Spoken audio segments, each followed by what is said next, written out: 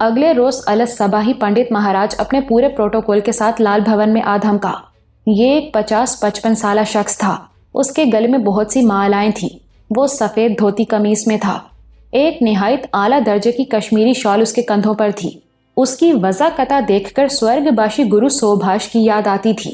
فرق صرف یہ تھا کہ پنڈت مہاراج کے بال بہت لمبے تھے اور اس کی شخصیت مجموعی طور پر بہت باروب نظر آ رہی تھی۔ پنڈت نے مجھے سر تپا گھورا اور منہ میں کچھ اشلوک وغیرہ پڑھے۔ میں نے اس کی آنکھوں میں اپنے لیے نفرت آمیز شناسائی کی جھلک صاف محسوس کی۔ اس نے اپنے بھرائے ہوئے لہجے میں مجھ سے چند سوال کیے۔ میرے اندازے کے مطابق ان سوالوں کا مقصد صرف یہ جاننا تھا کہ میں ماضی میں واقعی یادداشت کے مسئلے کا شکار رہا ہوں یا پھر یہ کوئی ڈرامہ قسم کی چیز تھی۔ معلوم نہیں کہ وہ میرے جوابات سے کس حد تک مطمئن ہوا۔ بہرحال اس نے اپنا اصل کام شروع کرتے ہوئے مجھ سے چند سوالات کیے۔ میری تاریخ پیدائش، مقام اور والدین کے نام دریافت کیے۔ اس کے بعد وہ اپنے ایک چیلے کے ساتھ لمبے چوڑے حساب کتاب میں مصروف ہو گیا۔ چیلے کے پاس کچھ پرانے کاغذات اور پوتھیاں وغیرہ بھی تھیں۔ وہ نہ جانے ان پوتھیوں کی ورق گردانی سے کیا کیا ڈھونڈتا رہا اور پنڈت مہاراج کو بتاتا رہا، جسے پنڈت صاحب تحریر فرماتے رہے۔ آخر وہ دونوں اٹھ کر چلے گئے۔ اس کے کوئی 15-20 منٹ بعد بھون میں کل والی سنسنی آمیز ہلچل محسوس ہوئی۔ گارڈز کی بھاگ دوڑ دکھائی دی۔ ملازمین الرٹ ہو گئے۔ تب زرگا میں شکتی کا دیوتا یعنی حکم جی کے بعد اہم ترین شخص سر جارج گورا اپنے 2 درجن گارڈز کے جلاؤ میں دکھائی دیا۔ اس کی آمد سے پہلے میری اور کمرے کی اچھی طرح تلاشی لی گئی۔ تب وہ دندناتا ہوا اندر آ گیا۔ آج جارج گورا نے کوٹ کے بجائے بند گلے کی ایک پتلی سی جرسی پہنی ہوئی تھی۔ اس ہائی نیک جرسی کے نیچے غالباً قمیص وغیرہ بھی نہیں تھی۔ اس ڈریس کی 2 وجوہات ہو سکتی تھیں۔ یا تو وہ مجھے اپنے شاندار کثرتی جسم کی جھلک دکھا کر مروب کرنا چاہتا تھا یا پھر اس نے میری نقل کی تھی۔ آج کی طرح ایک دن پہلے بھی بہت سردی تھی۔ میں نے تب بھی بس ایک ٹی شرٹ پہن رکھی تھی۔ شاید اس نے مجھے بتایا تھا کہ اگر میں صرف ایک ٹی شرٹ میں موسم کی سختی جھیل سکتا ہوں تو وہ بھی ایسا کر سکتا ہے۔ آج پھر اس نے بھرپور توانائی کے ساتھ مجھ سے ہاتھ ملایا اور میرے بازو کو باقاعدہ جھنجھوڑا۔ کسی تمہید کے بغیر ہی وہ اصل موضوع پر آ گیا اور بولا، پنڈت مہاراج کی طرف سے کلیئرنس مل گئی ہے۔ سامبر کی رسم بدھ کو ساپہر کے وقت ہوگی۔ بدھ کو ساپہر کے وقت، اس نے دہرایا۔ میں نے اسبات میں سر ہلایا۔ وہ مجھے گھورتے ہوئے بولا، کس طرح لڑنا پسند کرو گے؟ میں کسی بھی طرح لڑنے کے لیے تیار ہوں، لیکن جیسا کہ میں نے کل کہا تھا، اس لڑائی کے حوالے سے میں ایک تجویز دینا چاہتا ہوں۔ کہو۔ مجھے نہیں لگتا کہ تم یہ تجویز مان لو گے۔ کیا تم پہیلیاں بجھوانا چاہتے ہو؟ میں چاہتا ہوں کہ یہ لڑائی مرنے یا مار دینے پر ختم ہو۔ اس نے ذرا چونک کر مجھے دیکھا، پھر اوپر نیچے سر ہلاتے ہوئے بولا، بہت خوب، بہت خوب، دلیری دکھا رہے ہو اور چالاکی بھی۔ چالاکی سے کیا مطلب؟ لڑائی کسی بھی طرح کی ہو، ہارنے کی صورت میں تمہیں تو مرنا ہی ہے، اور میں ہرگز نہیں چاہوں گا کہ تم سولی چڑھنے کے بجائے گولی یا چاقو وغیرہ کے زخم سے مرو۔ تمہاری دلیری اور بے خوفی کے بارے میں تمہارے چمچے بہت شور مچاتے ہیں، لیکن اب مجھے لگ رہا ہے کہ وہ سب شور ہی ہے۔ جو دلیل تم پیش کر رہے ہو اس میں کوئی خاص وزن نہیں ہے۔ مجھے اکسانے کی کوشش کر رہے ہو۔ جو کچھ میں کہہ رہا ہوں وہ اچھی طرح تمہاری سمجھ میں آ گیا ہے۔ اب اسے ماننا یا نہ ماننا تمہارا کام ہے۔ جارج کی نیلگوں آنکھوں میں ایک بار پھر نفرت اور رقابت کی برق لہرائی۔ وہ اندر سے ابل رہا تھا۔ یہ جان کر مجھے خوشی ہوئی کہ وہ مجھے قرار واقعی اہمیت دے رہا ہے۔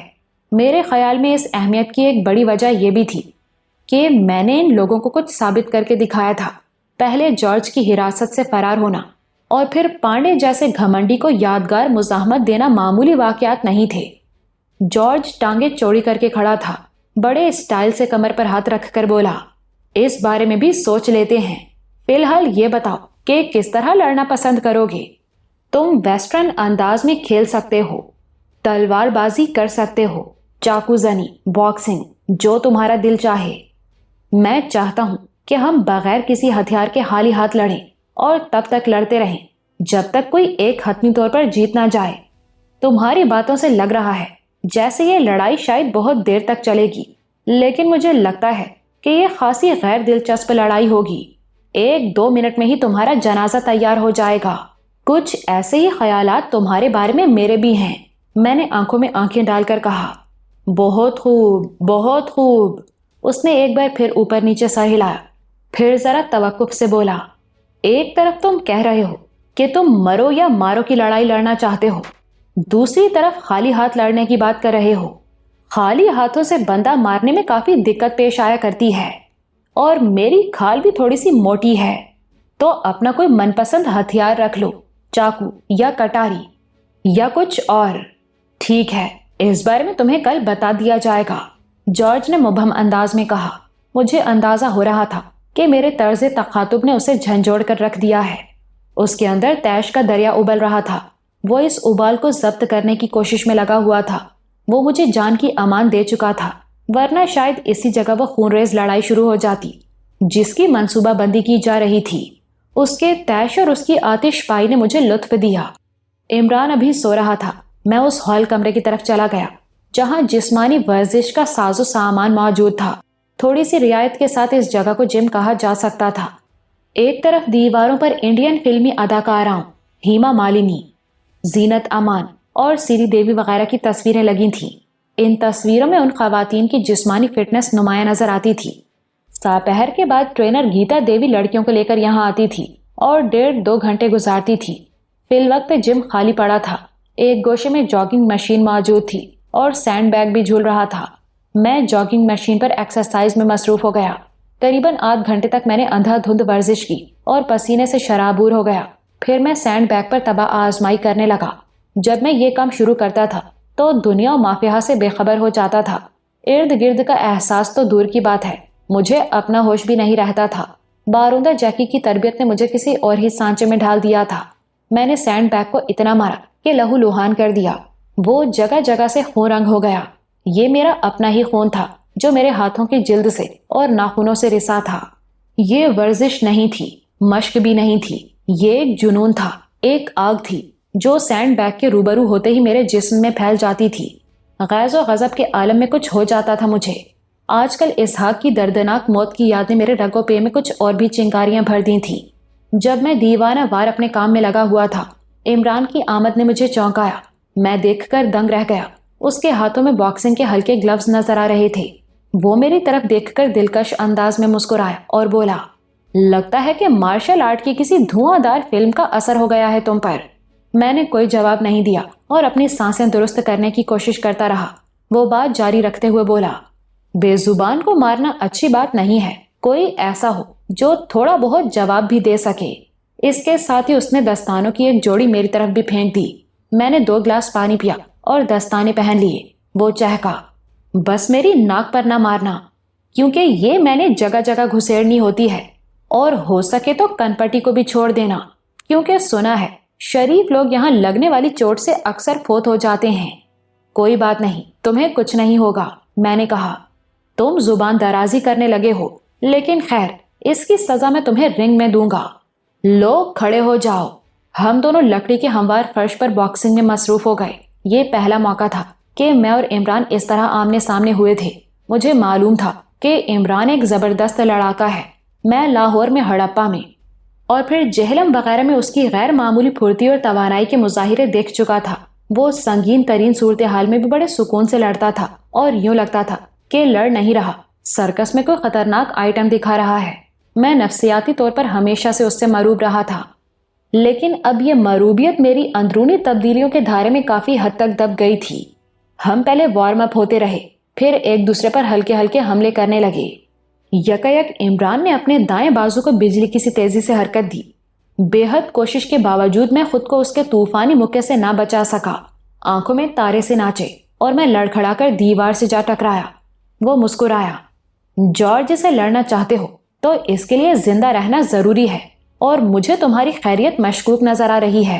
اس کے ساتھ ہی وہ ایک قریبی الماری کی طرف گیا اور وہاں سے 2 فیس گارڈز لے آیا۔ ہم دونوں نے یہ گارڈز پہن لیے اور ایک بار پھر باکسنگ اسٹائل میں آ گئے۔ اب میں کافی احتیاط کر رہا تھا۔ ٹیکنیک میں عمران مجھ سے کہیں بہتر تھا۔ میں نے اسے 2-3 مکے رسید کیے، لیکن جواب میں مجھے اس کے 5-6 سہنے پڑے۔ باکسنگ کے ساتھ ساتھ وہ فکرے بازی بھی کر رہا تھا۔ ہم بری طرح ہانپنے لگے۔ اسی دوران میں وہ پھر ایک چکما دے گیا۔ بایاں ہاتھ استعمال کرتے کرتے اس نے بجلی کی سی تیزی سے اپنا اسٹاک مکہ استعمال کیا۔ اس بار میں قدموں پر کھڑا نہ رہ سکا اور گر گیا۔ وہ خود ہی گنتی گننے لگا، 1 2 3 4۔ اس کے 8 تک پہنچتے پہنچتے میں اٹھ کھڑا ہوا۔ میرے کھڑے ہوتے ہی وہ چیتے کی طرح جھپٹا، ایک بار پھر تابڑ توڑ وار کیے۔ میں دوبارہ چت ہو گیا، ذہن پر دھند سی چھانے لگی، لیکن اس کے ساتھ ہی ایک آگ بھی بھڑک اٹھی۔ میری قوت برداشت کام آئی اور میں عمران کی گنتی شروع کرتے ہی پھر اٹھ کھڑا ہوا۔ اب ہم دونوں نے ایک دوسرے پر تابڑ توڑ حملے کیے۔ میرے ہونٹوں سے خون رسنے لگا۔ عمران کے رخسار پر بھی چوٹ آئی تھی۔ مجھے لگا کہ شاید عمران اپنی کارکردگی دکھا کر اپنی اندرونی خفگی ظاہر کرنا چاہتا ہے۔ میں نے اس کو بائی پاس کیا تھا اور بڑی خاموشی سے راج بھون جا کر جارج کے خلاف اعلان جنگ کر دیا تھا۔ شاید وہ اس طرح یہ بتانا چاہتا تھا کہ جارج کے ساتھ دو ہاتھ کرنے کے لیے وہ مجھ سے بہتر ہے۔ اس کی یہ بات غلط ثابت کرنے کے لیے میں نے ایڑی چوٹی کا زور لگایا اور اگلے راؤنڈ میں اسے چند سخت مکے رسید کیے، مگر تب اچانک پھر اس کی بہتر تکنیک کام کر گئی۔ عمران نے راؤنڈ پنچ کے انداز کا ایک مکہ میری ٹھوڑی پر رسید کیا اور اس مرتبہ مجھے پتہ ہی نہیں چلا کہ کب میں گرا اور کب لکڑی کے فرش نے میری پشت کو چھوا۔ دماغ لٹو کی طرح گھوم گیا تھا۔ عمران نے پھر گنتی شروع کی، 4، 5، 6، 7، 8۔ میں پھر کھڑا ہو گیا۔ دماغ میں چنگاریاں سی بھر گئی تھیں۔ ایک بار پھر ہم ایک دوسرے پر جھپٹے۔ اگلے قریباً 5 منٹ میں واقعی بہت سخت لڑائی ہوئی۔ میں نے عمران کو زیادہ چوٹیں لگائیں اور یہ سخت بھی تھیں، مگر عمران کی چوٹوں میں صفائی اور ایکوریسی تھی۔ ان 5 منٹ میں میں قریباً 3 بار فرش بوس ہوا اور دوبارہ اپنا توازن قائم کر کے اٹھا۔ بس بھائی بس، عمران پیچھے ہٹتے ہوئے بولا، اب سلطانہ بھابھی کا بھی کچھ خیال کرنا پڑے گا۔ اس نے فیس گارڈ اتار کر ایک طرف رکھ دیا۔ اس کے ہونٹوں سے بھی خون رسنے لگا تھا، چہرے پر 1-2 نیل بھی تھے۔ میں نے بھی فیس گارڈ اتار دیا۔ ایک طرف سے میڈم صفورہ نمودار ہوئی۔ اس نے دونوں ہاتھ سینے پر باندھ رکھے تھے۔ اس کے تاثرات سے اندازہ ہوا کہ وہ کسی اوٹ میں کھڑی ہو کر یہ ساری لڑائی دیکھتی رہی ہے۔ عمران نے پسینہ پونچھتے ہوئے میڈم کو مخاطب کیا اور بولا، کیا خیال ہے میڈم، میں ٹھیک کہہ رہا تھا نا؟ لگتا تو ایسے ہی ہے، میڈم نے مجھے تعریفی نظروں سے دیکھتے ہوئے کہا۔ یہ کیا رمزیہ باتیں کر رہے ہو آپ دونوں؟ میں نے دستانے اتارتے ہوئے عمران سے پوچھا۔ سچ سچ بتا دوں یا گول مول بات کر دوں؟ وہ مسکرایا۔ سچ سچ ہی بتا دو، کیونکہ یہ نیکی تم کم کم ہی کرتے ہو، میں نے کہا۔ وہ پانی پیتے ہوئے بولا، میں میڈم کو چھوٹا سا ثبوت دینا چاہتا تھا۔ کس بات کا ثبوت؟ میں میڈم کو بتانا چاہتا تھا کہ تم کچھو کومے بن چکے ہو۔ کچھو کوما سمجھتے ہو نا تم، جسے انگلش میں کچھوا کہتے ہیں۔ انگلش میں نہیں، اردو میں کہتے ہیں، میں نے تصحیح کی۔ ٹھیک کہہ رہے ہو۔ اب اس بات کا بھی ثبوت مل رہا ہے کہ تمہارے مکے میں کافی جان ہے۔ میری یادداشت کی چولیں ہل گئی ہیں اور انگریزی اردو آپس میں گڑمڑ ہو گئی ہے۔ ہاں تو میں بات کر رہا تھا کچھو کومے کی۔ میں میڈم کو بتانا چاہتا تھا کہ تم اپنے لائف سٹائل کی وجہ سے اس جانور کی طرح ڈھیٹ اور سخت جان ہوتے جا رہے ہو، اور یہ ثابت ہو گیا ہے۔ کیا بکواس کر رہے ہو؟ میڈم مداخلت کرتے ہوئے بولی، میں تمہیں بتاتی ہوں، دراصل بات یہ ہے کہ میری رائے میں اگر جارج گورا سے 2 ہاتھ کرنے ہی ہیں تو پھر تمہارے بجائے عمران کو آگے ہونا چاہیے تھا، کیونکہ میرا خیال یہ تھا، اور کسی حد تک اب بھی ہے، کہ لڑائی بھیڑائی کے فن میں عمران تم سے آگے ہے۔ دوسری طرف عمران کا کہنا یہ تھا کہ تم ایک اور حوالے سے اس سے کہیں آگے ہو، اور یہ ایسا حوالہ ہے جو فائٹنگ آرٹ میں سب سے اہم سمجھا جاتا ہے، یعنی قوت برداشت اور درد سہنے کی صلاحیت۔ اور میرے خیال میں یہ بات پچھلے 20-25 منٹ میں کافی حد تک ثابت ہوئی ہے۔ میں واقعی تمہاری برداشت کی صلاحیت سے امپریس ہوئی ہوں۔ اتنی چوٹیں کھا کر گرنا اور پھر پاؤں پر کھڑے ہو جانا معمولی بات نہیں ہے۔ یس، اٹس ونڈرفل۔ تو یہ میرا سرپرائز ٹیسٹ ہو رہا تھا، میں نے عمران کو دیکھتے ہوئے کہا۔ چلو ایسا ہی سمجھ لو برخوردار۔ اوہ سوری، میں نے تمہیں برخوردار کہہ دیا، دماغ گھوم گیا ہے۔ تمہارے مکے میں کافی طاقت ہے یار، اس نے اپنا سر تھامتے ہوئے کہا۔ میں اس کی مسخری پر یکسر خاموش رہا۔ چند سیکنڈ تک کوئی بھی کچھ نہیں بولا۔ وہ اس گمبھیر خاموشی کو توڑنے کے لیے مسکرایا۔ لگتا ہے کہ تم کچھوما کہنے کی وجہ سے ناراض ہو گئے ہو، لیکن تمہاری سخت جانی کی وجہ سے میں نے تمہیں کچھوما کہا ہے۔ تیزی اور پھرتی میں تم خود کو کسی اور جانور سے تشبیہ دے سکتے ہو، مثلاً باہر والا۔ وہ سور کی بات کر رہا تھا۔ اس کی بکواس پر میرا پارا پھر اوپر چلا گیا، لیکن میڈم کی موجودگی کی وجہ سے میں بولا کچھ نہیں۔ میڈم بولی، یہ باہر والا کیا ہوتا ہے بھائی؟ یہ چیتے کی طرح کا ایک جانور ہوتا ہے جی، عمران نے بات بنائی۔ بھائی اس لحاظ سے تو تم دونوں ہی باہر والے ہو، میں تمہاری فائٹ سے متاثر ہوئی ہوں۔ عمران بولا، آپ بھی تو کم باہر والی نہیں ہیں، میں نے کچھ موقعوں پر آپ کو بڑی تیزی سے فیصلہ کرتے اور حرکت میں آتے دیکھا ہے۔ اچھا چھوڑو اس بات کو، اب دونوں اپنا حلیہ درست کرو۔ شام کو کچھ لوگ تابش کو دیکھنے آ رہے ہیں، لیکن یہ تو شادی شدہ ہے، وہ عمران کے فکرے کو نظر انداز کرتے ہوئے بولی۔ یہ خبر پورے زرگاہ میں جنگل کی آگ کی طرح پھیل گئی ہے کہ سلطانہ راجپوت کا شوہر زرگاہ واپس پہنچ گیا ہے اور وہ جارج گورا سے لڑنا چاہتا ہے۔ ہر طرف اس بارے میں چہمہ گوئیاں ہو رہی ہیں۔ اکثر لوگوں کا خیال ہے کہ یہ ایک دلچسپ مقابلہ ہوگا۔ اس خیال کی وجہ؟ عمران نے پوچھا۔ رنجیت پانڈے، میڈم نے سگریٹ سلگا کر کہا۔ رنجیت پانڈے زرگاہ کا سب سے کرخت اور دبنگ افسر ہے۔ اس رنجیت پانڈے کے ساتھ نیل پانی کے دیوان میں تابش کی ٹکر ہوئی تھی۔ بہت سے لوگ اس بات کی گواہی دیتے ہیں کہ تابش نے نہ صرف پانڈے کا ڈٹ کر مقابلہ کیا بلکہ اسے پسپا ہونے پر مجبور کیا۔ اس کامیابی کا کریڈٹ ملنے کے بعد تابش کو یہاں کافی شہرت حاصل ہوئی ہے۔ زرگاہ میں اکثر لوگ اس کے بارے میں بات کرتے رہتے تھے۔ لوگوں کے لیے زیادہ حیرت کی بات یہ ہے کہ وہ شخص جو 1.5-2 سال پہلے تک ایک عضو معطل کی طرح اپنی بیوی کے آسرے پر جی رہا تھا، اب پانڈے جیسے بندے سے ٹکر لینے کے قابل ہو گیا ہے۔ اب جو نئی صورت سامنے آئی ہے اس نے مزید ہلچل مچائی ہے۔ راج بھون کے دروازے کے سامنے جا کر جارج کو للکارنا اور اس کا چیلنج قبول کرنا ہر جگہ زیر بحث ہے۔ شام کو جو لوگ آ رہے ہیں یہ زرگاہ کے عمائدین میں سے ہیں۔ یہ کیا کریں گے؟ میں نے پوچھا۔ تمہارے ناخن دیکھیں گے کہ کہیں تم لڑائی کے دوران میں جارج کو کھروندے سے مارنا نہ شروع کر دو، عمران نے کہا۔ میڈم اس کے مذاق کو نظر انداز کرتے ہوئے بولی، کچھ نہیں، بس یہ لوگ تم سے ملیں گے اور تمہیں یقین دلائیں گے کہ چیلنج قبول کرنے کے بعد تمہاری حیثیت ملزم یا مجرم کی نہیں رہی ہے۔ اب جو کچھ بھی ہوگا وہ سامر کے قدیم اصولوں کے مطابق ہوگا اور تمہیں مقابلے کے دن تک ہر طرح کی سہولت حاصل رہے گی، وغیرہ وغیرہ۔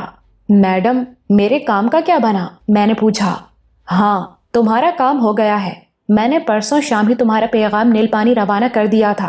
اب تک انور خان کو یہ اطلاع پہنچ چکی ہوگی کہ اسے فی الحال زرگاہ آنے کی ضرورت نہیں، پہلے وہ تمہارے اور جارج کے مقابلے کا نتیجہ دیکھ لے۔ اس بات کی تصدیق کب تک ہو سکے گی کہ اطلاع پہنچ گئی ہے؟ کل شام تک، لیکن تم بالکل مطمئن رہو، یہ کام ہو چکا ہے۔ میڈم کے جانے کے بعد میں نے عمران کو گھورا، اس نے فوراً ہاتھ جوڑ دیے۔ جگر، اگر کہیں زیادہ چوٹ لگی ہے تو معاف کر دینا۔ چوٹیں تو تمہیں بھی کم نہیں لگی، تمہارا تھوبڑا سوجتا جا رہا ہے اور میرے خیال میں میرا بھی یہی حال ہے۔ یعنی بقول شاعر، دونوں طرف ہے سوج برابر چڑھی ہوئی۔ وہ چہکا، ہم ہنسے اور بغل گیر ہو گئے۔ رات کو بڑی بڑی پگڑیوں اور فربا جسموں والے کچھ مقامی لوگ مجھ سے ملنے آئے۔ ان کا رویہ بس لیے دیے جیسا رہا، تاہم ان کی نگاہوں میں میرے حوالے سے دلچسپی اور گوناگون تجسس تھا۔ میں ان کے لیے جیسے کوئی عجوبہ قسم کی شے تھا۔ وہ میری کایا پلٹ کے بارے میں جاننے کے خواہش مند تھے، لیکن کھل کر کوئی سوال بھی نہیں کر رہے تھے۔ انہوں نے مجھ سے سلطانہ اور اس کے اہل خانہ کے بارے میں بھی کچھ نہیں پوچھا، حالانکہ یہ سوال بھی ان کے ذہنوں میں ہلچل مچا رہا تھا۔ رات کو میں اور عمران ایک ہی کمرے میں لیٹے تھے۔ میں اپنے معمول کے مطابق سخت فرش پر دراز تھا جس پر قالین بچھا تھا، جبکہ عمران بستر پر لحاف اوڑھے لیٹا تھا۔ دھیرے دھیرے مجھے اس طرح سونے کی عادت ہو گئی تھی۔ میں حیران تھا کہ اب مجھے سردی بے چین نہیں کرتی تھی۔ دوپہر والی مارا ماری کے سبب عمران کی ناک کافی سوج گئی تھی، مگر وہ ایسی باتوں کی پرواہ کب کرتا تھا۔ اس نے اپنے خوبصورت بالوں میں انگلیاں چلاتے ہوئے کہا، یار کبھی کبھی تو میں باروندہ جیکی سے واقعی بہت متاثر ہوتا ہوں۔ افسوس ہے کہ اس کی اور میری ملاقات نہ ہو سکی، ورنہ ہو سکتا ہے کہ میں بھی اس کی شاگردی اختیار کر لیتا۔ پھر کوئی ڈرامہ رچا رہے ہو؟ نہیں جگر، میں سنجیدہ ہوں۔ جیکی نے تم جیسے پھوسڑ بندے کی کیمسٹری چند مہینوں میں تبدیل کر کے رکھ دی ہے۔ درد کے حوالے سے جو فلسفہ اس نے تمہیں دیا ہے، میں اس سے پورا متفق تو نہیں، لیکن اس کے نتائج کو جھٹلانا بھی بہت مشکل ہے۔ تو پھر تم سے اظہار یکجہتی کے طور پر آج ماں بدولت بھی فرش پر استراحت فرمائیں گے۔ اس نے چھلانگ لگائی اور میرے پہلو میں آ کر قالین پر لیٹ گیا۔ میں نے مسکراتے ہوئے کہا، اظہار یکجہتی کرنا ہے تو پورا کرو، لحاف کیوں لپیٹ رہے ہو؟ وہ بولا، تم نے وہ شعر نہیں سنا؟ آپ سے پہلے تم ہوئے، پھر تو کا عنوان ہو گئے، ہر کام آہستہ آہستہ ہوتا ہے بھائی، اتنا اظہار یکجہتی بھی نہ کرا کہ کل سویرے اکڑا ہوا پایا جاؤں اور لوگ اظہار افسوس کے لیے تمہارے پاس آنے لگیں۔ تم سے پوچھا جائے کہ کیا ہوا تو بولو بس جی اظہار یکجہتی ہو گیا۔ اچھی بھلی رضائی پڑی تھی مگر رضائی کی جگہ اس نے یکجہتی اوڑھ لی اور صبح تک اپنے مرحوم بزرگوں سے اظہار یکجہتی کر گیا۔ اگلے دن صبح میں اور عمران پرتکلف ناشتے سے فارغ ہونے کے کچھ دیر بعد جم میں چلے گئے۔ میں ورزشوں میں مصروف ہو گیا اور عمران اس قدیم کتاب کی ورق گردانی کرنے لگا جو مینیجر مدن نے اسے دی تھی۔ یہ کتاب اس راجواڑے یعنی بانڈیل اسٹیٹ کی قدیم رسموں کے بارے میں تھی اور اس میں سوئمبر اور سامبر وغیرہ کا ذکر بھی تھا۔ اس کتاب میں اس مورتی کا تذکرہ بھی کیا گیا تھا جسے چرانے کی پاداش میں ہم یہاں پہنچے تھے اور سنگین مسائل کا شکار تھے۔ لوگ ایک مدت سے بدھا کی اس مورتی کو آرا کوئی کے نام سے پکارتے رہے تھے، یعنی وہ شے جو اپنی حفاظت خود کرتی ہے اور خود کو نقصان پہنچانے کی کوشش کرنے والوں کی زندگی اجیرن کر دیتی ہے۔ ابھی تک تو یہ مورتی آرا کوئی ہی ثابت ہوئی تھی۔ لال بھون کے وسیع سبزہ زار پر ابھی یخبستہ اوس کے قطرے موجود تھے۔ طویل قطاروں میں کیاریوں کے اندر سرما کے پھول جیسے زردی مائل دھوپ سے حظ اٹھانے کی کوشش کر رہے تھے۔ جم کے قریب 2 باوردی گارڈز موجود تھے اور صرف جم ہی نہیں، پورے لال بھون کو اسپیشل فورس کے کمانڈوز نے گھیرا ہوا تھا۔ یوں لگتا تھا کہ ہم جدھر جاتے ہیں درجنوں نگاہیں ہمارا پیچھا کرتی ہیں۔ میری ورزش اور مشق جاری تھی، پھر میں نے عمران کو بھی اس میں شامل کر لیا۔ ابھی ہم دونوں کو مصروف ہوئے 2-4 منٹ ہی ہوئے تھے کہ گیتا کی آواز سنائی دی اور پھر کئی لڑکیوں کی جلترنگ جیسی آوازیں ابھری۔ ہم نے پلٹ کر دیکھا، قریباً 2.5 درجن نہایت خوبرو لڑکیاں ہمارے سامنے کھڑی تھیں۔ سب کی سب وہی تھیں جنہیں 7ویں کے جشن میں 7 پریوں کے انتخاب میں حصہ لینا تھا۔ ان میں سے زیادہ تر ایسی تھیں جنہوں نے اب خود کو حالات کے مطابق ڈھال لیا تھا۔ ان میں چمک دمک آ گئی تھی، ان کے عارض دہکتے تھے اور زلفیں لہراتی تھیں۔ وہ بات بات پر کھلکھلاتی تھیں، ایک دوسرے سے چہلیں کرتی تھیں اور آنکھوں میں بھید بھری باتیں کہتی رہتی تھیں۔ کیا بات ہے گیتا دیوی؟ میں نے ان کی ٹرینر سے پوچھا۔ یہ سب تم سے ملنا چاہت ہیں۔ کس لیے؟ بھائی جس لیے لوگ مشہور لوگوں سے ملنا چاہت ہیں، انہیں قریب سے دیکھنا چاہت ہیں۔ میں ایسا مشہور تو نہیں ہوں، یہ تو تمہارا خیال ہے نا۔ ذرا یہاں سے باہر نکل کر تو دیکھو، ہر طرف تمہارے چرچے ہیں۔ گیتا بولی۔ کوئی وجہ بھی تو ہوگی۔ کئی وجہیں ہیں اور ان میں سے ایک وجہ تمہارا یہ رہن سہن ہے۔ وہ مسکرائی اور سخت سردی میں میرے بالکل ناکافی کپڑوں کی طرف اشارہ کیا۔ اب لڑکیوں نے مجھے گھیرا ڈال لیا تھا، ان کے جسموں سے خوشبوؤں کی لپیٹیں اٹھ رہی تھیں۔ وہ آپس میں شوق سرگوشیاں بھی کر رہی تھیں۔ ان میں وہ لڑکی بھی نظر آئی جس کا نام میڈم نے سمرین بتایا تھا اور جس کے بارے میں کہا تھا کہ اس کی شادی سلطانہ کے بھائی سے ہوتے ہوتے رہ گئی ہے۔ وہ آج بھی خوش دکھائی نہیں دے رہی تھی۔ ایک لڑکی نے ہمت کر کے کہا، سنا ہے کہ نیل پانی میں آپ کی لڑائی پانڈے صاحب سے ہوئی تھی۔ بالکل ہوئی تھی، لیکن اس شخص کے نام کے ساتھ صاحب لگا کر اس لفظ کی توہین نہ کرو۔ چند لڑکیوں کے ہونٹوں پر دبی دبی مسکراہٹ نظر آئی، ان میں سمرین بھی شامل تھی۔ سنا ہے آپ کو درد نہ ہی ہوتا؟ ایک دوسری لڑکی نے موضوع بدلتے ہوئے پوچھا۔ کون کہتا ہے؟ میں نے استفسار کیا۔ یہاں کے ملازمین کہوت ہیں، ان میں سے کچھ نے آپ کو یہاں جم میں ورزش کرتے دیکھا ہے۔ وہ کہوت ہیں کہ آپ کے شریر سے خون بھی رسنے لگے تو آپ کو پتہ نہیں چلتا۔ ایک لڑکی نے لقمہ دیا۔ اور آپ بے موسم کے کپڑے پہن کر گھومتے ہیں، فاقے کرتے ہیں، فرش پر سوتے ہیں اور عام پانی سے اشنان بھی کر لیوت ہیں، سمرین نے کہا۔ لیکن جہاں تک ہم کو جانکاری ہے آپ پہلے تو ایسے نہیں تھے۔ ہم کو یہ بھی معلوم ہوا ہے کہ آپ کی یادداشت کے ساتھ کوئی مسئلہ تھا۔ اپنے سوال کا جواب تم نے خود ہی دے دیا ہے، عمران نے مدبرانہ انداز میں مداخلت کرتے ہوئے کہا۔ خیر سے آپ کون ہیں؟ زرق برق کپڑوں والی ایک لڑکی نے تنک کر عمران سے پوچھا۔ میں میڈم کا ملازم ہوں، لیکن آج کل یہاں جم میں آ رہا ہوں ٹریننگ میں تابش کا ساتھ دینے کے لیے، بلکہ تھوڑی سی رعایت کے ساتھ مجھے اس کا استاد بھی کہا جا سکتا ہے۔ یہ ٹھیک کہہ رہے ہیں؟ ایک لڑکی نے مجھ سے پوچھا۔ استاد تو یہ واقعی ہے، بلکہ بہت استاد ہے، اور آپ بھی اس سے ذرا دور ہٹ کر کھڑی ہوں۔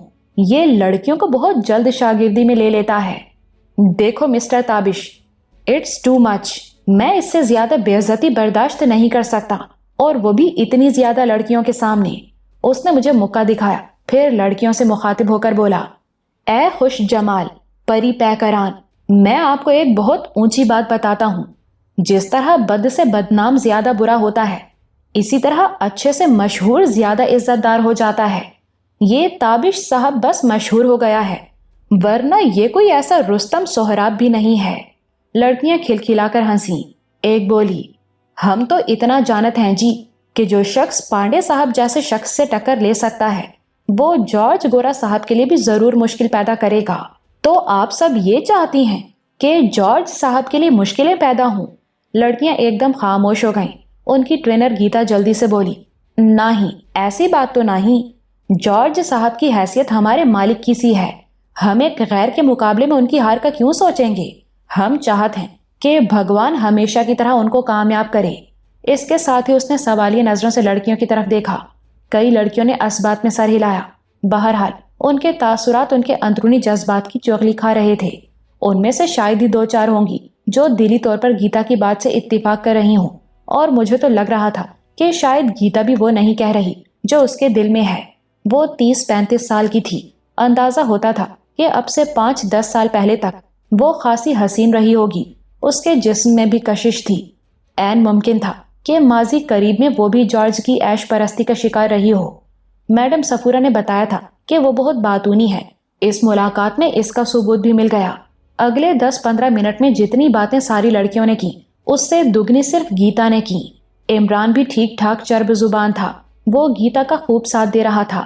گیتا زرگاں کے بڑے بڑے لوگوں سے اپنے تعلقات کے بارے میں بتا رہی تھی، اور یہ بتا رہی تھی کہ وہ رقص کی کون کون سی اکیڈمی میں ٹیچر کی حیثیت سے وزٹ کرتی ہے، وغیرہ وغیرہ۔ پھر ان دونوں کی گفتگو کا رخ جارج گورا کی طرف مڑ گیا۔ گیتا ایک نمک خوار کی حیثیت سے اس کی تعریفیں کرنے لگی اور بتانے لگی کہ اپنی کچھ چھوٹی موٹی خامیوں کے باوجود وہ زبردست قسم کا سوشل ورکر ہے اور کھل کر خیر خیرات کرتا ہے۔ عمران اس کی ہاں میں ہاں ملا رہا تھا۔ میں گیتا کے سامنے بات کرتے ہوئے خاص احتیاط کر رہا تھا۔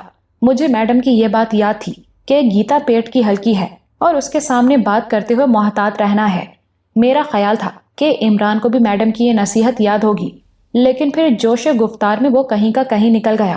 گیتا کی ایک بات پر وہ شد و مت سے سر ہلاتے ہوئے بولا، بالکل گیتا دیوی، تم صحیح کہہ رہی ہو۔ بہت بڑا دل ہے جارج صاحب کا، وہ ایسے ہی بڑے نہیں بنے۔ اب ترسوں کی بات ہی لو۔ جب وہ یہاں آئے تھے سامبر کے بارے میں بات ہو رہی تھی، طے ہو رہا تھا کہ مقابلہ کس طرح کا ہوگا۔ حضرت تابش صاحب نے جوش میں آ کر فرما دیا کہ یہ مرو یا مارو کی فائٹ ہونی چاہیے، یعنی فائٹ ٹل ڈیتھ۔ اب اگر کوئی کم ظرف ہوتا تو وہیں آگ بگولا ہو جاتا، ہو سکتا ہے کہ وہیں پر مارا ماری شروع ہو جاتی، لیکن جارج صاحب نے فوری طور پر کوئی جواب نہیں دیا۔ یہ کہا کہ سوچ کر بتائیں گے۔ اب اس کا یہ مطلب تو نہیں کہ خدا نخواستہ وہ ڈر گئے۔ یہ بڑے دل گردے کی بات ہے کہ ایک با اختیار بندہ کسی بے اختیار بندے کی غلط بات حوصلے سے سنے۔ کیوں گیتا دیوی، غلط تو نہیں کہا؟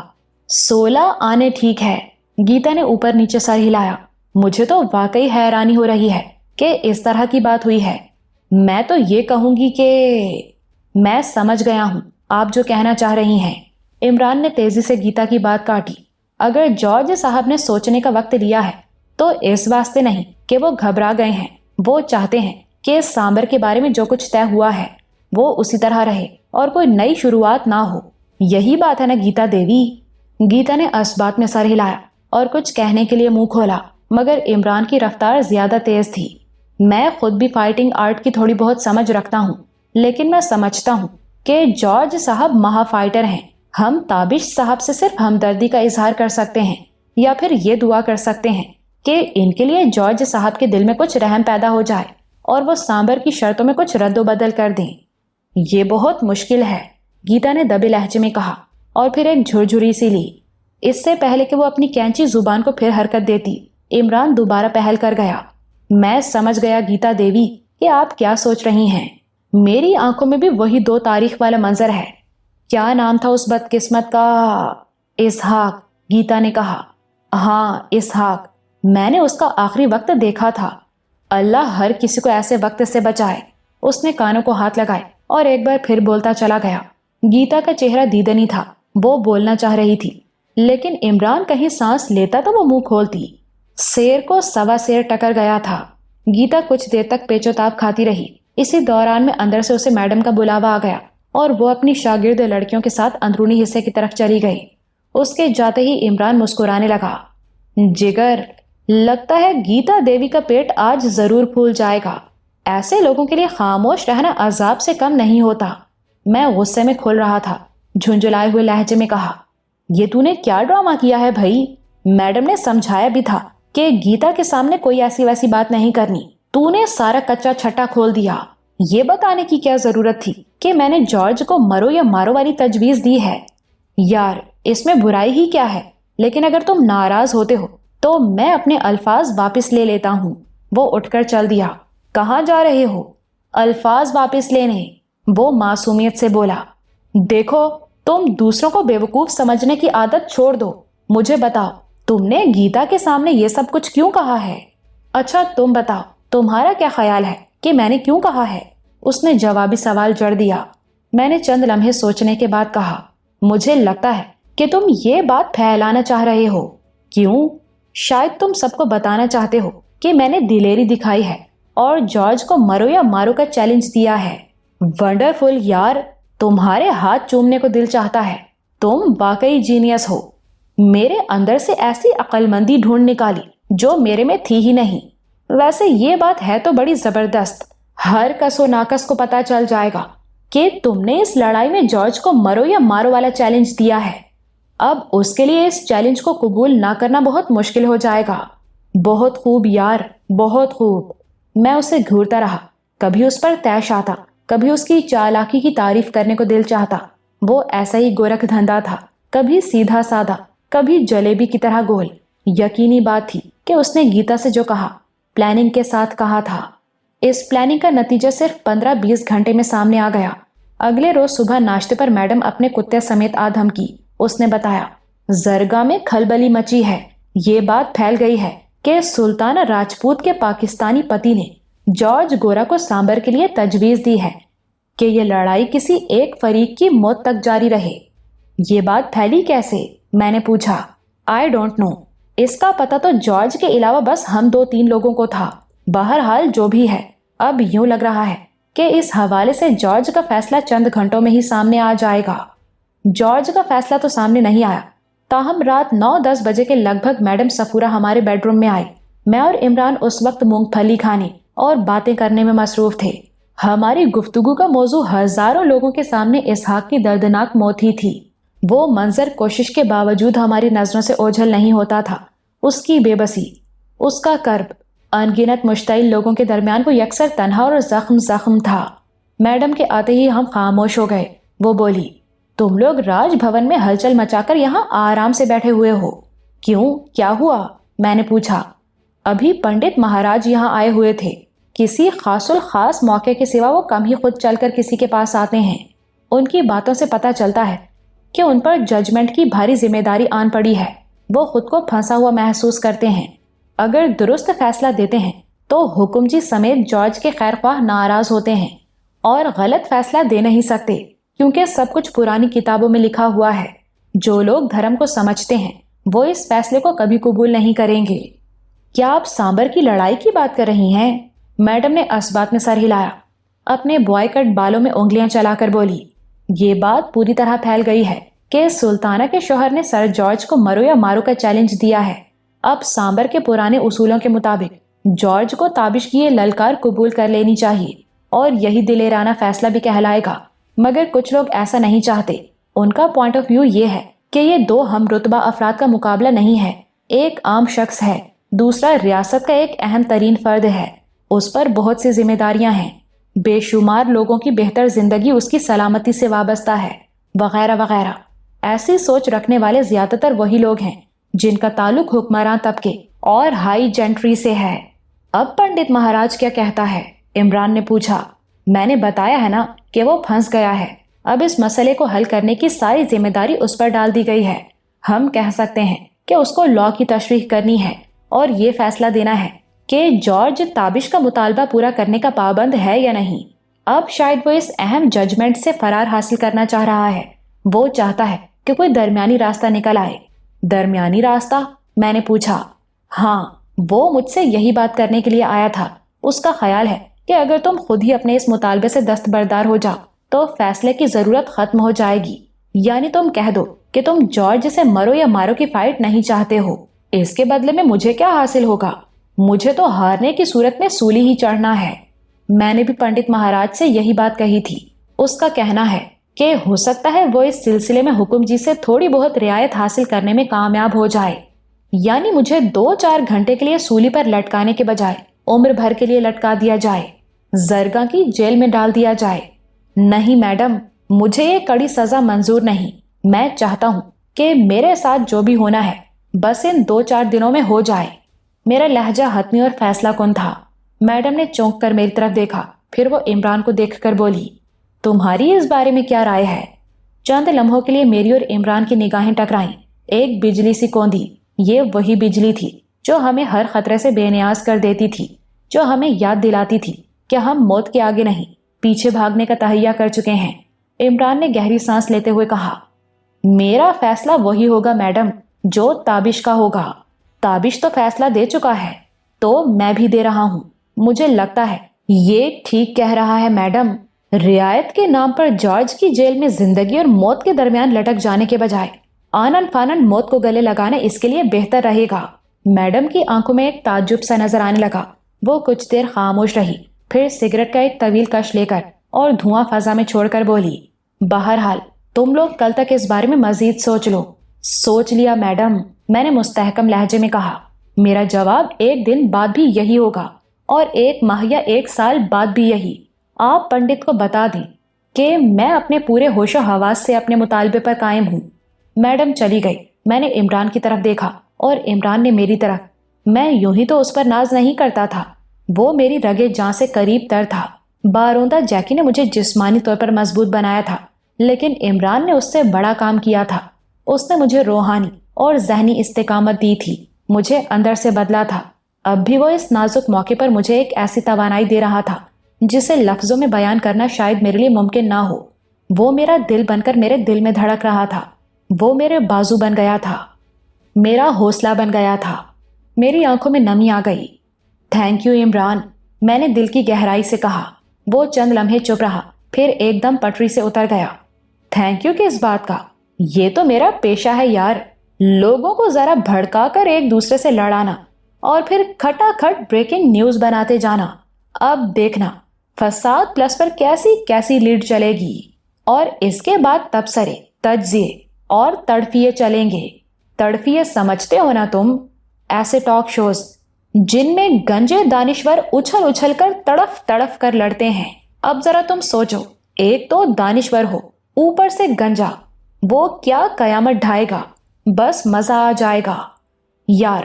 8-10 کروڑ تو ہم یہ لڑائی شروع ہونے سے پہلے ہی بنا لیں گے۔ یہ پنڈت مہاراج کی منافقت پر غور کیا ہے تم نے؟ میں نے سنجیدہ لہجے میں کہا۔ یار غور کرنے کے لیے ناظرین جو ہوتے ہیں، ہمارا کام تو بس پسوڑی ڈالنا ہے، اور وہ ہم انشاءاللہ ڈالیں گے۔ میں نے اس کی طنزیہ گفتگو کو نظر انداز کرتے ہوئے کہا، یہ وہی منافقت ہے جو ہر مذہب کے کٹر لوگوں میں نظر آتی ہے۔ ضرورت پڑنے پر وہ اپنے علم کا سارا زور مذہب کو موم کی ناک بنانے پر صرف کر دیتے ہیں۔ اپنے گرو سورگ باشی سوبھاش کی کارستانیاں تو تمہیں یاد ہے نا؟ اس کے دوغلے پن کی ایک چھوٹی سی مثال وہ گرم ٹھنڈے پانی والا معاملہ تھا۔ اپنی سہولت کے لیے اس نے ادبجھے انگاروں کو آگ کی تعریف سے خارج کر دیا تھا۔ اب دیکھو یہی کچھ یہاں یہ لمبی زلفوں والا پنڈت مہاراج کر رہا ہے، ایک مشکل فیصلے سے بچنے کے لیے بیک ڈور کاروائیاں کر رہا ہے۔ ہماری گفتگو کافی دیر جاری رہی، پھر ہم سونے کے لیے لیٹ گئے۔ اب میری طرح عمران بھی سخت قالین پر ہی سوتا تھا۔ ہاں وہ لحاف ضرور اوڑھتا تھا۔ ہم لال بھون کی اونچی دیواروں میں بند تھے، چاروں طرف کڑا پہرا تھا، پھر بھی زرگاں کی صورتحال کی کچھ جھلکیاں ہم تک پہنچ رہی تھیں۔ ان جھلکیوں سے اندازہ ہوتا تھا کہ زرگاں کی فضا میں ارتعاش اور ہلچل ہے۔ یہ ہلچل 2 طرح کی تھی، ایک تو یہی جارج اور میری لڑائی والا معاملہ تھا۔ اس لڑائی کو یوں بہت زیادہ اہمیت حاصل ہو گئی تھی کہ اس سے پہلے میں نیل پانی میں رنجیت جیسے شخص کو ناکو چنے چبا چکا تھا۔ دوسری ہلچل ساتویں کے سالانہ جشن کی تھی۔ یہ جشن بھی چند روز میں پہنچا چاہتا تھا، اس کی تیاریاں ہو رہی تھیں۔ ہماری معلومات کے مطابق زرگاں کے گلی کوچوں کو سجایا سنوارا جا رہا تھا، مختلف کھیل تماشوں کا انتظام ہو رہا تھا۔ ایسے ہی کچھ کھیل تماشوں کی تیاری لال بھون کے اندر بھی ہو رہی تھی۔ میں حسب معمول دوپہر سے ذرا پہلے جم میں ورزش اور مشق کے لیے چلا گیا۔ عمران کچھ دیر میرے ساتھ رہا، پھر وہ گیتا دیوی کے ساتھ ایک پھولدار روش پر ٹہلتا کسی طرف نکل گیا۔ میں اکیلا ہی لگا رہا۔ میرے جسم کے ہر مسام سے پسینہ پھوٹنے لگا اور رگ پٹھے اپنی برداشت کی آخری حد کو چھونے لگے۔ میں اپنی دیوانہ وار کوشش سے ہر روز اس حد کو تھوڑا سا وسیع کر دیتا تھا۔ دوران مشق میں جم کے دروازے کھڑکیاں بند کر لیتا تھا، کیونکہ میں نے دیکھا تھا کہ لال بھون کے گارڈز اور ملازمین کھڑکیوں اور دروازوں کی جھریوں سے مجھے دیکھنا پسند کرتے تھے۔ عمران کو اوجھل ہوئے کافی دیر ہو چکی تھی۔ ورزش ختم کر کے میں نے پسینہ پونچھا، کچھ دیر تک سانسیں درست کیں اور پھر عمران کی تلاش میں نکلا۔ وہ یہاں بھی بڑی تیزی سے اپنی جگہ بنانے لگا تھا۔ کبھی کسی سے گپ شپ کرتا نظر آتا تھا، کبھی کسی کا کوئی مسئلہ حل کرنے لگا ہوتا تھا۔ لال بھون میں سب کو یہی معلوم تھا کہ وہ میڈم کا خصوصی ملازم ہے، اسے مارشل آرٹ کی کچھ سمجھ بوجھ ہے اور میڈم کا ارادہ اسے اپنے ذاتی محافظوں میں شامل کرنے کا ہے۔ میں عمران کو ڈھونڈتا ہوا اندرونی حصے میں پہنچا تو وہ مجھے ایک بڑے ہال کمرے میں ملا۔ یہاں بڑی رونق تھی۔ اوبرو لڑکے لڑکیوں کی ایک ٹولی بازی گری اور شعبدہ بازی کی ریہرسل کر رہی تھی۔ لڑکے لڑکیوں کی عمریں 15-20 سال کے درمیان رہی ہوں گی۔ میں آج انہیں پہلی بار یہاں دیکھ رہا تھا۔ ایک طرف جمناسٹک کے انتظامات تھے، ایک طرف تنے ہوئے رستے پر چلا جا رہا تھا۔ پریوں کے انتخاب میں حصہ لینے والی 40 عدد لڑکیاں بھی اس ریہرسل کو انجوائے کر رہی تھیں۔ ایک جانب مینیجر مدن بھی بیٹھا تھا۔ مدن کے قریب عمران ایک نوخیز لڑکی کے ساتھ تند و تیز گفتگو میں مصروف تھا۔ لڑکی نے سرخ رنگ کا نیم اوریاں لباس پہن رکھا تھا۔ میں نے قریب کھڑی گیتا سے پوچھا، کیا معاملہ ہے؟ وہ بولی، یہ لال کپڑوں والی لڑکی بہت زبردست بازیگر ہے، اسے یہاں لٹل مس انڈیا کہا جاوت ہے۔ تمہارا دوست خواہ مخواہ اس کے ساتھ میچ ڈال کر بیٹھ گیا ہے۔ کیسا میچ؟ یہ لڑکی لوہے کے اس چکر کے اوپر کھڑی ہو کر اسے اپنے پاؤں سے چلاوت ہے اور ساتھ ساتھ کرتب دکھاوت ہے۔ تمہارا دوست کہتا ہے کہ وہ بھی ایسا کر لیوے گا۔ گیتا نے تھوڑی دور پڑے ایک آہنی چکر کی طرف اشارہ کیا۔ یہ کڑانما چکر زمین سے قریباً 8 فٹ اونچا تھا۔ اسے ایک 6-7 انچ چوڑی آہنی پٹی کو گول کر کے بنایا گیا تھا۔ اس پر چڑھنے کے لیے لکڑی کا ایک سٹول بھی پڑا تھا۔ بظاہر اس چکر کے اوپر چڑھ کر اسے پاؤں سے گول گول دھکیلنا اور ساتھ ساتھ کوئی کرتب دکھانا کافی مشکل کام لگتا تھا، لیکن عمران جیسے شخص کے لیے ہرگز مشکل نہیں ہو سکتا تھا۔ یہاں کوئی نہیں جانتا تھا، مگر مجھے معلوم تھا کہ وہ ایک ماہر فنکار ہے اور اس سے کئی گنا زیادہ مشکل کام کر سکتا ہے۔ معاملہ کافی گرما گرم تھا۔ لٹل مس انڈیا کے حمایتی اس کے حق میں چلا رہے تھے اور عمران کو دعوت دے رہے تھے کہ وہ اپنا دعویٰ ثابت کر کے دکھائے۔ 17-18 سالہ نوخیز لڑکی بھی لال بھبوکا ہو رہی تھی۔ وہ زور سے بولی، اچھا تم باقی چھوڑو، پہلے والا آئٹم ہی کر کے دکھا دو۔ اوکے، عمران نے سینہ تان کر کہا، میں کروں گا۔ لو، میں تمہارے لیے ایک بار پھر دوہرا دیتی ہوں، لڑکی تند لہجے میں بولی۔ گیتا نے ایک چھوٹے اسٹول پر کھڑے ہو کر اناؤنسمنٹ کے انداز میں کہا، لو بھائی لڑکے لڑکیوں، لٹل مس انڈیا بامقابلہ بگ مسٹر پاکستان۔ ہو ہا کا شور بلند ہوا۔ سرخ کپڑوں والی نوخیز لڑکی پھرتی سے اسٹول پر چڑھی اور پھر لوہے کے چکر پر کھڑی ہو کر توازن درست کرنے لگی۔ اس نے اپنے دونوں ہاتھ دونوں طرف پھیلا دیے تھے۔ ایک دوسری لڑکی نے اس کی دونوں ہتھیلیوں پر 2 لمبی تلواریں رکھ دیں۔ یہ بالکل سیدھی تلواریں تھیں۔ لڑکی نے رومن سٹائل تلواریں اپنی دونوں ہتھیلیوں پر عمودی رخ سے کھڑی کی اور انہیں بیلنس کر لیا۔ پھر وہ اپنے پاؤں کے ساتھ 6-7 انچ چوڑے آہنی چکر کو گول گول دھکیلنے لگی۔ اس نے تماشائیوں کے درمیان 2 راؤنڈ مکمل کیے۔ تلواروں کو ہتھیلیوں پر بیلنس رکھنے کے ساتھ ساتھ چکر کو دھکیلنا واقعی مشکل کام لگتا تھا۔ لڑکی نے 2 راؤنڈ مکمل کرنے کے بعد تلواریں پھینکی اور خوبصورت انداز میں کلابازی لگا کر فرش پر آ گئی۔ تالیوں سے ہال گونج گیا۔ اب عمران کی باری تھی۔ اس نے پہلے فرش پر کھڑے ہو کر تلواروں کو اپنی ہتھیلیوں پر کھڑا کیا، پھر پورے کرتب کے لیے اسٹول پر چڑھ کر چکر پر کھڑا ہو گیا۔ کرتب مشکل تھا، لیکن عمران جیسے شخص کے لیے نہیں۔ اس نے تلواروں کو ہتھیلیوں پر کھڑا کر کے بیلنس کیا، پھر آہستہ آہستہ 8 فٹ اونچے چکر کو اپنے پاؤں سے دھکیلنے لگا۔ 2-4 لوگ عمران کی حوصلہ افزائی کر رہے تھے، مگر اکثریت لٹل مس انڈیا کی حمایتی تھی۔ یہ لوگ عمران کو کنفیوز کر رہے تھے اور ڈرانے کی کوشش میں لگے ہوئے تھے۔ عمران نے 1 راؤنڈ مکمل کیا، پھر دوسرا شروع کیا، اور تب وہ ہوا جس کی توقع نہیں تھی، کم از کم مجھے تو ہرگز نہیں تھی۔ عمران لڑکھڑایا، سنبھلنے کی کوشش کی، ایک تلوار گر گئی۔ اس سے پہلے کہ وہ اپنا توازن دوبارہ حاصل کرتا، آہنی چکر اس کے پاؤں کے نیچے سے نکل گیا۔ وہ 8 فٹ کی بلندی سے اڑتا ہوا نیچے آیا۔ ایک دم شور بلند ہوا اس میں کہکہے بھی شامل تھے۔ عمران نیچے بیٹھے تماشائیوں پر گرا تھا۔ یہ وہی پریوں کے انتخاب میں حصہ لینے والی دوشیزائیں تھیں۔ جو ایک دو لڑکیاں اس کے نیچے آئیں وہ بری طرح چلائیں۔ عمران کپڑے جھاڑتا ہوا کھڑا ہوا۔ اس کے نیچے آنے والی لڑکیوں میں ایک زخمی ہوئی تھی۔ عمران نے جو تلوار پکڑ رکھی تھی اس کی نوک لڑکی کی گردن کو چھیلتی ہوئی گزر گئی تھی۔ لڑکی کا خون رسنے لگا تھا اور وہ تکلیف سے دوہری ہو گئی تھی۔ میں دیکھ کر بری طرح ٹھنکا۔ یہ سمرین تھی۔ میں تیزی سے اس کی طرف گیا۔ زخم گہرا نہیں تھا لیکن 5-6 انچ لمبا اور قریباً 2 انگل چوڑا تھا۔ وہ گردن سے شروع ہو کر اس کے کان کی لو تک چلا گیا تھا۔ Very sorry, very sorry, Imran بار بار کہہ رہا تھا۔ اوہ گاڈ! گیتا زخم دیکھ کر بڑبڑائی۔ اس نے اپنی ساڑی کے پلو سے سمرین کا خون روکا اور اسے لے کر ہال سے نکل گئی۔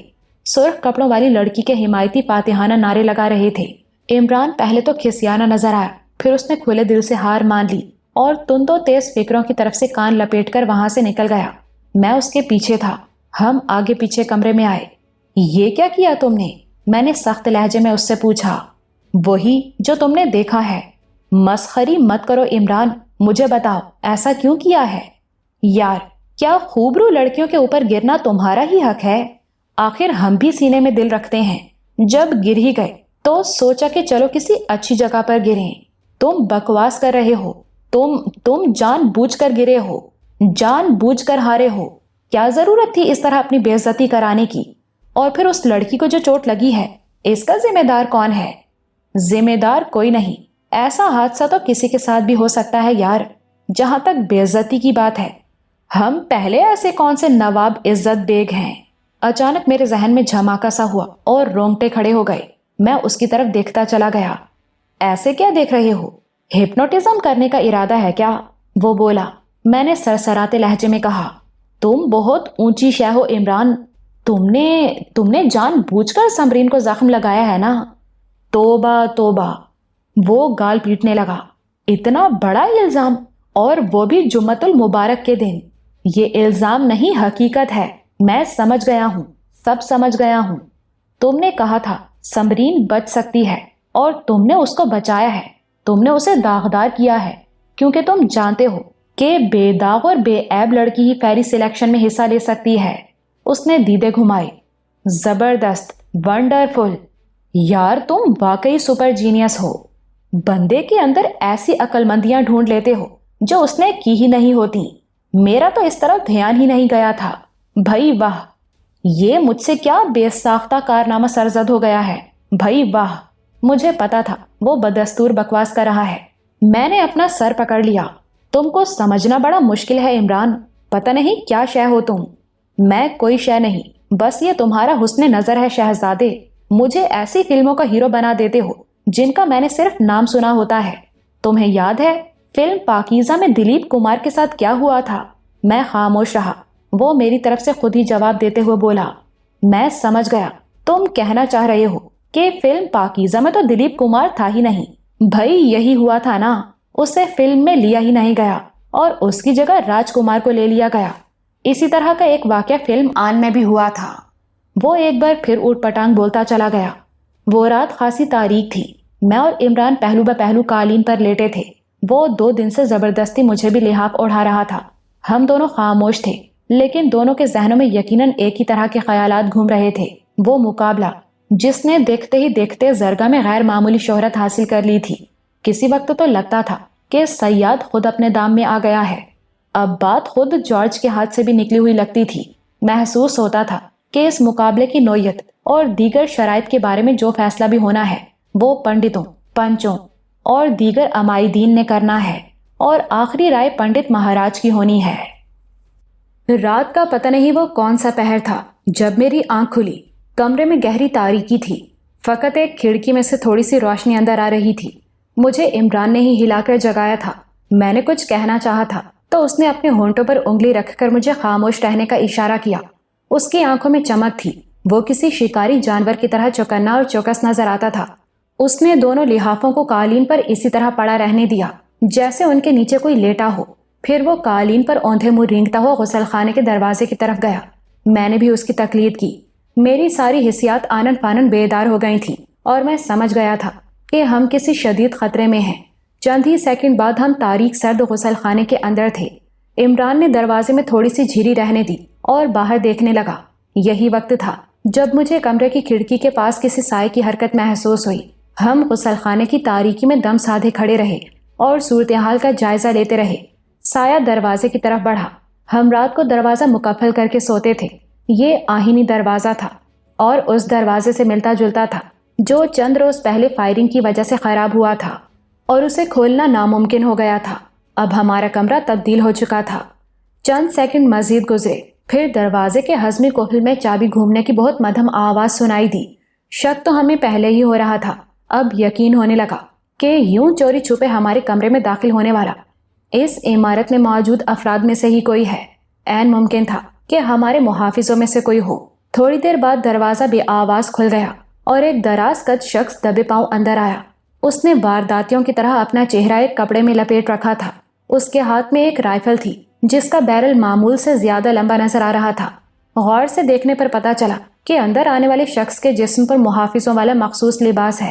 وہ چند سیکنڈ تک تاریکی میں کھڑا دونوں لحافوں کو گھورتا رہا، پھر اس نے رائفل سیدھی کی اور بڑی تیزی سے دونوں لحافوں پر 5-6 فائر کیے۔ فائرنگ کی آواز سے انکشاف ہوا کہ رائفل پر سائلنسر چڑھا ہوا ہے۔ فائرنگ کے فوراً بعد وہ مڑا اور دروازے کی طرف بڑھا۔ یہی وقت تھا جب عمران نے اپنی جگہ سے تیز رفتار حرکت کی اور غسل خانے سے نکل کر اڑتا ہوا سا حملہ آور پر جا پڑا۔ حملہ آور اس کے نیچے اوندھے منہ گرا اور گرتے ہوئے آہنی دروازے سے ٹکرایا۔ اس کے لیے یہ حملہ اتنا غیر متوقع تھا کہ وہ جیسے تیورا کر رہ گیا۔ میں عمران کی مدد کے لیے آگے بڑھا، تاہم اس وقت دروازے پر ایک اور پرچھائی نظر آئی۔ یہ بھی ایک محافظ تھا۔ اس کے ہاتھ میں پستول تھا۔ اس نے بلا تردد مجھ پر فائر کیا۔ دھماکے کے ساتھ شعلہ چمکا اور گولی میرے آس پاس سے گزر گئی۔ میں نے حملہ آور کو دوسرے فائر کا موقع نہیں دیا اور اس پر جا گرا۔ میں نے سب سے پہلے اس کا پستول والا ہاتھ دبوچا، پھر دائیں ہاتھ کا مکہ اس کے چہرے پر رسید کیا۔ یہ بڑی شدید ضرب تھی۔ مد مقابل کے 2-3 دانت ضرور اپنی جگہ چھوڑ گئے ہوں گے۔ وہ کراہا اور اس کا جسم ایک دم ڈھیلا پڑ گیا۔ اس دوران میں وزنی بوٹوں کی دھمک سنائی دی اور 7-8 گارڈز موقع پر پہنچ گئے۔ مجھے 1-2 لمحے کے لیے شدید خطرہ محسوس ہوا۔ کچھ نہیں کہا جا سکتا تھا کہ یہ گارڈز ہماری مدد کریں گے یا اپنے پیٹی بھائیوں کی۔ خبردار، خبردار، کئی آوازیں گونجی۔ 2 محافظوں نے میرے نیچے دبے ہوئے شخص کے سر سے رائفلیں لگا دی۔ چند محافظوں نے عمران کا ہاتھ ہٹایا اور دوسرے حملہ آور کو دبوچ لیا۔ لال بھون میں ہر طرف کھلبلی مچ گئی تھی۔ بتیاں روشن ہو رہی تھیں اور بھاگتے قدموں کی آوازیں آ رہی تھیں۔ دونوں حملہ آوروں نے اپنے چہرے چھپا رکھے تھے۔ سیاہ رنگ کے ڈھانٹے ان کے چہروں سے علیحدہ کیے گئے۔ ہم نے پہچان لیا، یہ ہمارے محافظوں میں سے ہی تھے۔ ہم دن میں کئی بار انہیں اپنے آس پاس دیکھتے تھے۔ جس شخص کو میرا مکہ لگا تھا اس کے دہن کا کباڑا ہو گیا تھا۔ دونوں ہونٹ پھٹ گئے تھے اور 2-3 دانت اپنی مقررہ جگہ سے غیر حاضر تھے۔ ہم پر گولی چلانے والا دراز قد محافظ پہلے تو سکتہ زدہ رہا، پھر میری طرف رخ کر کے طیش میں چلانے لگا، تم کو زندہ نہ ہی چھوڑیں گے، مار دیں گے تم کو، تم نیچ جات، تم گندی نالی کے کیڑے، تم کو یہ جرت نہ ہی کرنے دیں گے، نہ ہی کرنے دیں گے۔ یقیناً یہ سامر کی لڑائی کا ذکر کر رہا تھا اور اپنی اس تکلیف کا اظہار کر رہا تھا جو راج بھون کے بلند و بالا دروازے کے سامنے میری للکار نے اسے پہنچائی تھی۔ محافظوں نے دونوں حملہ آوروں کی مشقیں کس دیں۔ اسی دوران میں مینیجر مدن اور میڈم صفورہ وغیرہ بھی وہاں پہنچ گئے۔ میڈم سلیپنگ گاؤن میں تھی اور اس کے چہرے پر سخت ہلچل تھی۔ کیا ہو رہا ہے؟ What is going on here? وہ گرجی۔ پھر چند ہی سیکنڈ میں ساری صورتحال اس کی سمجھ میں آ گئی۔ وہ یہ بھی سمجھ گئی کہ اگر محافظوں میں سے 2 محافظ قاتل کا روپ دھار سکتے ہیں تو 2-4 اور بھی ہو سکتے ہیں، لہٰذا ضروری تھا کہ مجھے فوراً موقع سے ہٹا لیا جاتا۔ اس نے ہمیں اپنے ساتھ لیا اور اپنے خصوصی پورشن میں لے آئی۔ یہ لگژری پورشن الیکٹرک ہیٹرز سے گرم تھا۔ جب تک میں نہ کہوں تم دونوں یہاں سے باہر نہیں نکلنا، وہ بولی۔ آپ بے فکر رہیں، عمران نے اسے تسلی دی۔ وہ جلدی سے باہر چلی گئی۔ یہ سب کیا ہے یار؟ میں نے عمران سے پوچھا۔ اسے اردو میں شب خون اور انگریزی میں نائٹ اٹیک کہتے ہیں۔ فرانسیسی میں بھی اس کے لیے ایک بھلا سا لفظ ہے، اس وقت یاد نہیں آ رہا۔ لیکن اس قاتلانہ حملے کا مقصد کیا تھا؟ اصل مقصد تو میڈم ہی ڈھونڈ کر لائے گی، ہم تو بس اندازے ہی لگا سکتے ہیں۔ بظاہر تو یہی لگ رہا ہے کہ یہ لوگ تمہیں جارج گورا کے مد مقابل دیکھنا نہیں چاہتے۔ تمہیں پتا کیسے چلا کہ کوئی ہمارے کمرے کی طرف آ رہا ہے؟ یار، میں نیوز چینل کا چڑیلا ہوں۔ ایک تو چڑیلا، دوسرا نیم چڑھا۔ ہماری ناک بہت تیز ہوتی ہے، بلکہ ہم تو مجسمے ناک ہوتے ہیں۔ ان واقعات کی بو بھی سونگھ لیتے ہیں جن کی بو ہی نہیں ہوتی، یعنی جو وقوع پذیر ہی نہیں ہوتے۔ لیکن جس تازہ واقعے کی تم بات کر رہے ہو، اس کا شک مجھے کل شام سے ہی تھا۔ دراصل بڑے پنڈت کا یہاں آنا اور میڈم سے مل کر تمہیں مقابلے سے پیچھے ہٹانے کی کوشش کرنا اس بات کا ثبوت ہے کہ یہ لوگ ہر صورت تمہیں سامبر سے دور رکھنا چاہتے ہیں۔ وہ کیوں؟ تم نے سامبر کی صورت ہی ایسی بنا دی ہے، اسے مرو یا مارو کی لڑائی کا ناک نقشہ دے دیا ہے، اور یہ بات ہر جگہ پھیل بھی چکی ہے۔ اسے پھیلانے والے بھی تم ہی ہو۔ تم نے جان بوجھ کر گیتا کے سامنے بات کی۔ تم بڑے زبردست قسم کے کھوچل ہو عمران۔ میں اب آہستہ آہستہ تمہیں سمجھنا شروع ہو گیا ہوں۔ ایسے ہی موقع کے لیے محمد رفیع صاحب بڑے فلسفے کی بہت گہری بات کہہ گئے ہیں۔ تم نے بھی سنا ہوگا، میرے سامنے والی کھڑکی میں ایک چاند کا ٹکڑا رہتا ہے۔ یہ کیا بے تکی بات ہے؟ اور پھر بھی تم کہہ رہے ہو کہ آہستہ آہستہ مجھے سمجھنا شروع ہو گئے ہو۔ اس شعر میں چاند کے ٹکڑے سے مطلب انسان کے بیکار خیالات ہیں، اور کھڑکی دماغ کا استخارہ ہے۔ یہ استخارہ نہیں استعارہ ہوتا ہے، اور اب تم چپ ہو جاؤ تو بہتر ہے۔ میں اٹھ کر کھڑکی کی طرف چلا گیا۔ وہ ٹھنڈی سانس لے کر رہ گیا۔ ابھی تک یقین نہیں آ رہا تھا کہ ہمیں خطرناک حملے سے بال بال بچے ہیں۔ یہ سب کھلی آنکھوں کے خواب جیسا لگ رہا تھا۔ میڈم کی واپسی قریباً آدھ گھنٹے بعد ہوئی۔ اس نے بتایا، پکڑے جانے والے حملہ آوروں کے نام امرت اور شنکر ہیں۔ ان کے 4 اور ساتھی بھی حراست میں لے لیے گئے ہیں۔ یہ سارے یہاں کے گارڈز ہیں۔ یہ سب کرائے کس نے ہے؟ عمران نے پوچھا۔ ابھی پورے یقین سے تو کچھ نہیں کہا جا سکتا، مگر لگتا یہی ہے کہ اس کے پیچھے حکم جی کے کسی قریبی ساتھی کا ہاتھ ہوگا۔ آخری الفاظ کہتے کہتے میڈم نے اپنی آواز بہت دھیمی کر لی۔ آپ کیا کہنا چاہتی ہیں؟ عمران نے پوچھا۔ یہ لوگ ظاہر تو نہیں کر رہے، لیکن اندر خانے ان کی مرضی یہی ہے کہ تمہارے اور جارج کے درمیان مرو یا مارو والی فائٹ نہ ہو۔ وہ شاید سوچ بھی نہیں سکتے کہ ان کا اتنا قریبی دوست کسی ایسی لڑائی کا شکار ہو جائے، لیکن میں پھر کہتی ہوں، ابھی یقین سے کچھ نہیں کہا جا سکتا۔ ہو سکتا ہے کہ یہ ان 2 گارڈز کا انفرادی فعل ہی ہو۔ بہرحال یہ بات تو کنفرم ہے کہ یہاں بہت زیادہ سیکیورٹی کی ضرورت ہے، اور میں اس سیکیورٹی کا ارجنٹ انتظام کر رہی ہوں۔